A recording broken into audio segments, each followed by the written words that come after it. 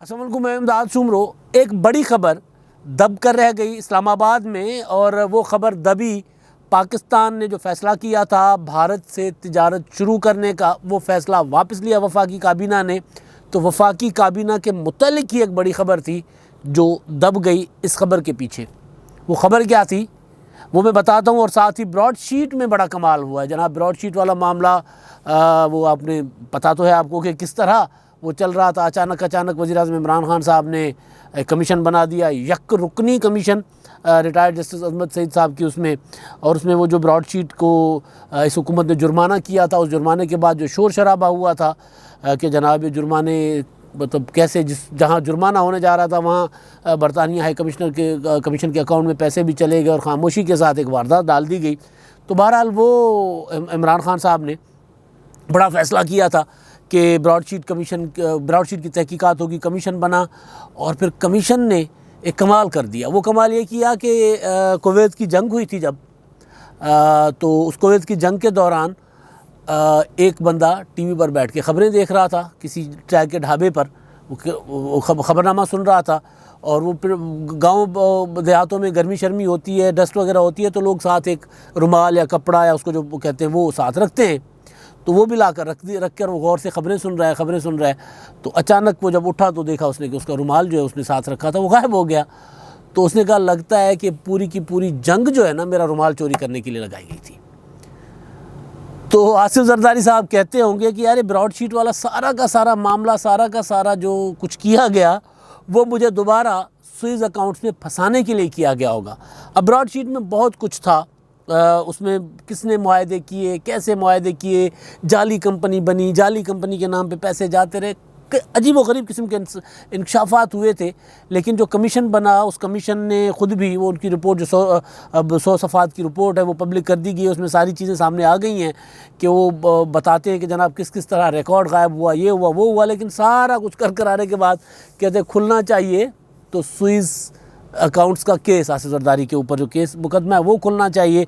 और जिन अफसरों ने, नैब के उस वक्त के जिन चाहे वो सिविलियन थे, चाहे फ़ौजी अफसरान थे जो नैब की सरबराही करते रहे, या जिन्होंने फ़ैसले किए ब्रॉडशीट के साथ मुआहदों शाहिदों के, और जिन्होंने वो पैसे पूसे खामोशी से उधर भेज दिए और बाद में वो कावे मुसवी कहता रहा कि जनाब वो कमीशन लेते रहें सारे, तो उनको बड़ा आसानी से निकाल दिया। एक फ़ौत हुए फ़ारूक आज़म साहब जो हैं प्रोसिक्यूटर थे, वो बेचारे फ़ौत हो गए मरहूम, एक उनको फ़िक्स कर दिया और बाकी छोटे मोटे अफसरों को फ़िक्स करके घुमा फिर आगे तान आगे तोड़ी अजमत सईद साहब ने आसिफ जरदारी साहब के स्विस मुकदमात पर।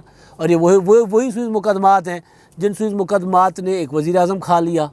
यूसुफ रज़ा गिलानी साहब, आपको याद तो होगा, यूसुफ रज़ा गिलानी, इफ्तिखार चौधरी साहब ने बड़ी कोशिश की थी वो मुकदमात खुलवाने की। आसिफ जरदारी साहब उस वक्त सदर थे और सदर को इम्यूनिटी होती है, तो सदर ममलकत के ख़िलाफ़ उन्होंने कहा था गिलानी साहब को कि ख़त लिख कर मुकदमात खुलवा। उन्होंने कहा जी आइन मुझे इजाज़त नहीं देता। तो उन्होंने कहा आइन इजाज़त नहीं देता तो फिर आइन मुझे इजाज़त देता है कि मैं, इफ्तिखार चौधरी ने कहा आइन मुझे इजाज़त देता है कि मैं एक मुंतखब वज़ीर-ए-आज़म को जो अवाम के वोटों से आता है उसको बैठे बैठे घर भेज दूँ। मेरी मर्ज़ी, मैंने घर भेज दिया और भेज दिया। उसके बाद यही कुछ साकिब निसार साहब ने मियाँ नवाज़ शरीफ साहब के साथ किया था, क्योंकि गिलानी साहब को घर भिजवाने के लिए नवाज़ शरीफ साहब ने ही ख्वाजा आसिफ साहब को भेजा था कि वो गए थे अदालत में। तो बहरहाल फिर वो मकाफ़ात अमल तो होता ही है। तो खैर ये वही स्विस अकाउंट्स हैं, और इन स्विस अकाउंट्स में अब वो वही बात जो कुवैत जंग के दौरान वो एक वाक़या पेश आया था, तो वो मुझे याद आ गया। तो मैंने सोचा कि यार ये वाक़या इसी बहाने से सुना दिया जाए कि पूरा का पूरा ब्रॉडशीट का मामला जो है उसमें निकलता है तो सिर्फ़ और सिर्फ स्विस अकाउंट्स वाला मुकदमा। अब देखते हैं, वो फवाद चौधरी साहब ने आज काबीना की ब्रीफिंग के दौरान ये कहा है कि वो मुकदमात खुल सकते हैं, आसिफ जरदारी साहब के ऊपर वो मुकदमात दोबारा बन सकते हैं। वो पहले भी भुगत ही रहे, भुगत लेंगे। आसिफ जरदारी साहब कहते हैं कि ज़रा मुकदमे लड़ के मैं जजों से ज़्यादा और वकीलों से ज़्यादा कानून मुझे समझ आ गया हुआ है, तो लिहाजा वो कहते हैं कि मुझे बहरहाल एक बड़ा मुकदमा है इसमें, अगर कुछ है, अगर कोई सामने चीज़ें आती हैं तो फंस सकते हैं। और बाकी जो फंस रहे थे उनको बहरहाल जो राय सामने आ रही है उसके मुताबिक तो उनको ब्रॉडशीट कमीशन ने बचा लिया है। यक नुकाती है, यक नुकाती कह रहा हूँ, यक रुकनी थी, एक मेंबर की थी, शायद पहले में यक नुकाती कह गया था, तो ये यक रुकनी एक मेंबर कमीशन था ये रिटायर्ड जस्टिस अजमत सईद साहब की क़यादत में सरबराही में, और वो अकेले ही मेंबर थे, अकेले ही कमीशन थे, सारा कुछ उन्होंने जो भी करके बना के दे दिया।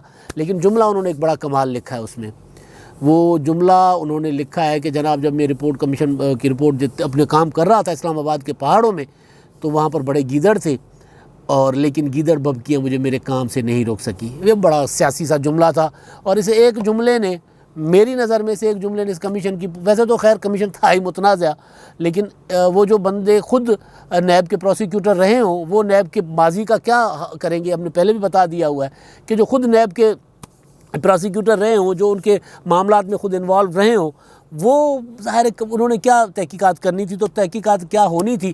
वो गीदड़ बबकियों वाला एक जुमला जो है बता गया कि अजमत सईद साहब की रिपोर्ट जो है वो कितनी रिपोर्ट है, कितना अफसाना है, या वो क्या करना चाह रहे थे उसमें। बहरहाल अब ये मामला आगे देखते हैं कि इसको इस रिपोर्ट पर कितना अमल होता है। कमीशन की रिपोर्ट पर उन्होंने अमल नहीं होता, सिफारिशात होती हैं वो आके इधर उधर हो जाती है। इस मुल्क में बड़ी बड़ी कमीशन की रिपोर्ट, पता नहीं क्या क्या रिपोर्ट जो हैं वो दाखिल दफ्तर हो गई हैं, पता ही नहीं चला कि वो उन्होंने उनमें क्या था या क्या सिफारिश की गई तो क्या किया गया, उस पर कुछ नहीं होता।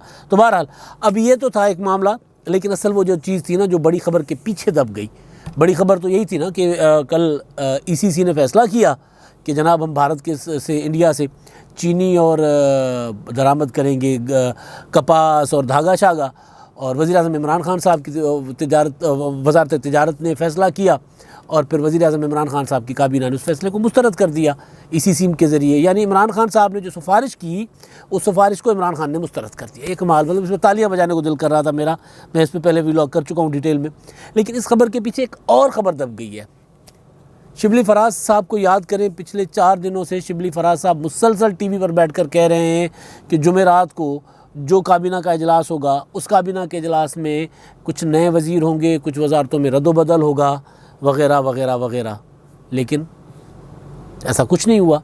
वो जो हफीज़ शेख साहब को हटाकर हमाद अज़हर साहब को वज़ीर बनाया गया और नदीम बाबर को हटाकर ताबिश गौहर साहब को वज़ीर बनाया गया, उसके अलावा जो रद्द-ओ-बदल होना था, और वो मेरी ख़बर मैंने आपको गुजारिश की थी, उसमें मैंने बताया था कि कौन कौन से कलमदान चेंज हो रहे हैं और क्या क्या होना है। वो ख़बर जो है वो अभी तक वो कलमदानों के ऊपर वो जो डिसीजन है वो चेंज नहीं हुआ, लेकिन हुआ नहीं, मौखर हो गया है। क्यों मौखर हो गया है जनाब? कि वज़ीर-ए-आज़म इमरान खान साहब जो हैं उनको अपने फ़ैसले करने में बहुत ज़्यादा परेशानी का सामना करना पड़ रहा है, क्योंकि एक फ़ैसला ये जो अभी उन्होंने वापस लिया है ये इंडिया के साथ तिजारत वाला, उसके अलावा वो काबीना में किसको कहीं लगाना चाह रहे हैं, किसको कहीं लगाना चाह रहे हैं, मगर वो कर नहीं पा रहे। उनके फ़ैसलों के आड़े कुछ उनको प्रॉब्लम हो रही है। आपको पता ही होगा प्रॉब्लम क्यों हो रही है। अब इमरान खान साहब जो चाह रहे हैं फवाद चौधरी साहब को लगाएं वज़ीर दाखिला, वहाँ पर शेख रशीद साहब बैठे हुए हैं, और वो चाह रहे वज़ीर कानून लगाएं अली ज़फ़र को। फ़रूक नसीम साहब जो हैं वो वैसे भी फारिग नसीम बन गए हुए, काफ़ी अरसे से पता ही नहीं किधर हैं। तो मुझे तो ये भी पता चला था कि वो अपना जो दफ्तर था उनका काबीना डिवीज़न में और वहाँ पर असेंबली में, वो वहाँ से अपना सामान सुमून लेकर चले गए हुए हैं। तो उनकी जगह अली ज़फ़र साहब, बैरिस्टर अली ज़फ़र साहब, जिनके लिए मैं पहले एक बार गलत बता गया था, तो वो अली ज़फ़र साहब जो हैं वो वज़ीर कानून बनने थे।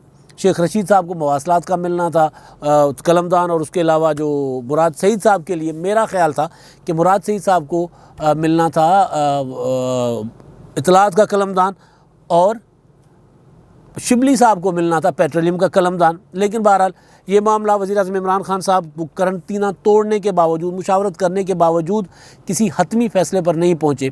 हमारा ख़्याल था, मेरी इतलात ये थी कि इस पर अभी डेलिब्रेशंस होंगी, मुशावरत होंगी, लेकिन शिबली फराज साहब के पिछले 5-6 दिनों के टॉक शोज़ में उठाकर देख ले, वो बार बार कहते रहे कि जो हमाद अज़हर साहब का फ़ैसला हो गया और बाकी वज़ीर जो है नए वज़ीर जो है वो काबीना के जुमेरात के इजलास तक आ जाएंगे। और जुमेरात को इजलास भी इसीलिए क्योंकि इजलास होता है काबीना का मंगल को, लेकिन जुमेरात तक यानी आज तक इजलास लेकर भी इसीलिए जाया गया था कि नए वज़ीर आने थे, नए वज़ीरों ने हलफ उठाना था और उसके बाद नई काबीना आनी थी, ताज़ा दम काबीना आनी थी। वो जो शेख रशीद साहब कहते हैं ना वज़ीर होता है इधर बैठे, तो वो इधर से उठाकर वज़ीर इधर करने थे, इधर से उठाकर इधर करने थे। नदीम बाबर अपना सिंधी में कहते हैं वारो वजाए वजन, अपनी बारी ले गए। नदीम बाबर साहब ने जो कुछ करना था, जो खरबों शरबों का टीका कौम को लगा कर जाना था, उन्होंने कोई इन्वेस्टमेंट की होगी, कभी माली सहूलतकार बने होंगे, तो वो अपना हिसाब किताब बशमूल वो क्या होता है इंटरेस्ट के साथ वो लेकर निकल गए। तो अब आरिफ नकवी साहब अबराज ग्रुप वाले इमरान खान साहब के करीबी साथी बाहर एक फ्रॉड के मुकदमे में गिरफ्तार उन पर बड़े बड़े मामला चलते रहे, तो वो उनके करीबी समझे जाते हैं ताबिश गौहर साहब, तो अब उनको नजीम बाबर साहब की जगह लगा दिया। तो ये वाली तब्दीलियाँ तो आ गई, लेकिन एक तब्दीली आपने ये भी आज देखी होगी कि फवाद चौधरी साहब ने आज वफाकी काबीना के इजलास की दी है ब्रीफिंग।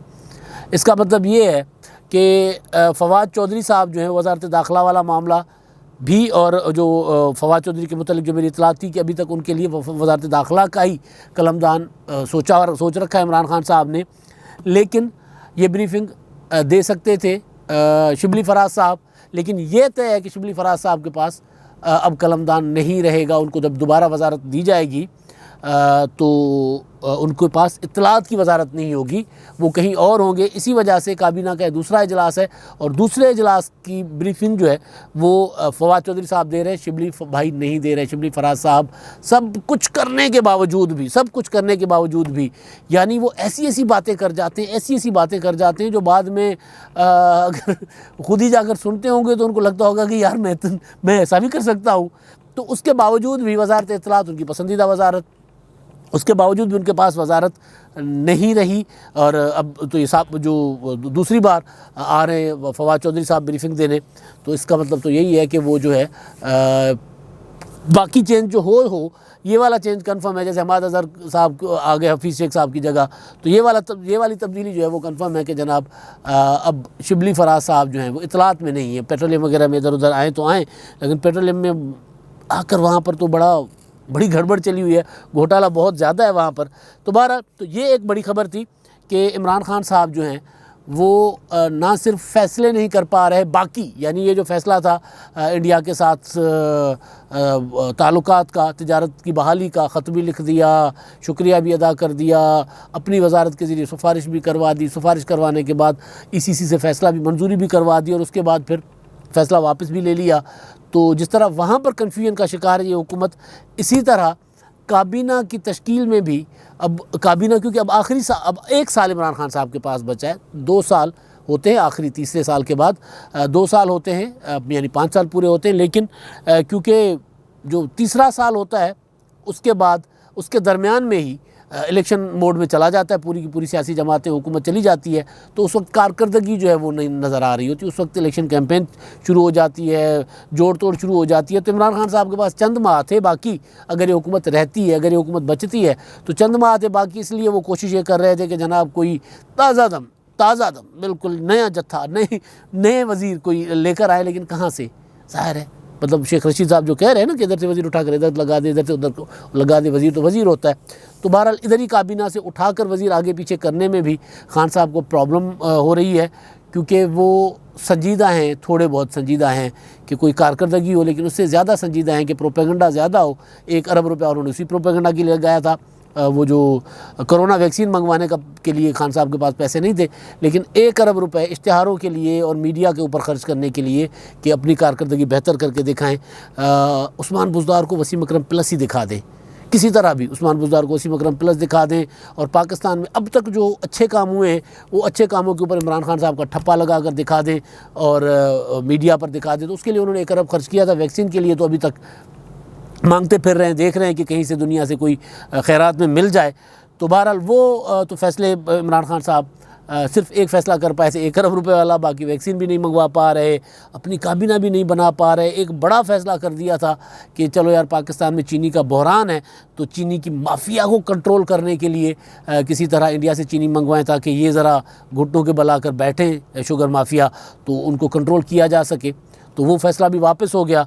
और ख़बर एक ये भी थी जाते जाते कि जहांगीर तरीन साहब को गिरफ़्तार करने के मुतालिक कहा है जो शहजाद अकबर साहब हैं, आज उन्होंने लाहौर में प्रेस कॉन्फ्रेंस की थी कि जनाब हमारी कोई पसंद नापसंद नहीं है, कार्रवाई तो होगी, जहांगीर तरीन साहब के ख़िलाफ़ भी होगी। ये इशारा है कि हुकूमत जहांगीर तरीन को, हुकूमत या फिर वज़ारत दाखिला जो अभी तक शहजाद अकबर साहब और शेख रशीद साहब के पास है, और ख़ास तौर पर एहतसाब वाला मामला तो शहजाद अकबर साहब के पास है, और शहजाद अकबर के मुतालिक जहांगीर तरीन कई बार कह चुके हुए हैं कि वो उनके ख़िलाफ़ साजिशें कर रहे हैं। तो आज उन्होंने ये सिग्नल दे दिया है कि इमरान खान साहब को हुकूमत में लाने वाले, अपने जहाज़ के ज़रिए हुकूमत में इमरान खान साहब को के लिए रास्ता बनाने वाले और लोगों को इमरान खान के साथ मिलाकर MNAs MPAs ला कर उनकी पंजाब और मरकज़ में हुकूमत बनाने वाले जहांगीर तरीन जो हैं वो गिरफ़्तार हो सकते हैं, ये कह रहे हैं शहजाद अकबर साहब। तो अब देखें कि इससे इमरान खान साहब इस पर क्या उनका रिएक्शन होता है कि वो अपने जहांगीर तरीन साहब को गिरफ़्तार होने देते हैं या उनके सामने आ जाते। ज़्यादा इम्कान ये है कि इमरान खान साहब कि अब बस से बात बाहर चली गई है, जितना मामला आगे निकल गया हुआ है, बिल्कुल ऐसे जैसे कारकर्दगी उनके बस से बाहर है। चाहे वो काबीना में जितने मर्जी वज़ीर तब्दील कर लें, जितने मर्जी नए वज़ीर ले आएँ, जैसे कारकर्दगी उनके बस से बाहर है, इसी तरह जहांगीर तरीन या शुगर मिल्स के ख़िलाफ़ होने वाला मामला ज़ाहिर है जिसमें बड़ा टारगेट जहांगीर तरीन और शरीफ ख़ानदान ही है, तो वो मामला भी इमरान खान साहब के बस से अब बाहर चला गया है। वो अगर चाहें भी तो शायद जहांगीर तरीन, जिनको साजिशें कहते हैं, जहांगीर तरीन जिन मामलात को साजिशें कह रहे हैं, उनको वो रोक नहीं सकते। अब तक के लिए इतना ही। अल्लाह।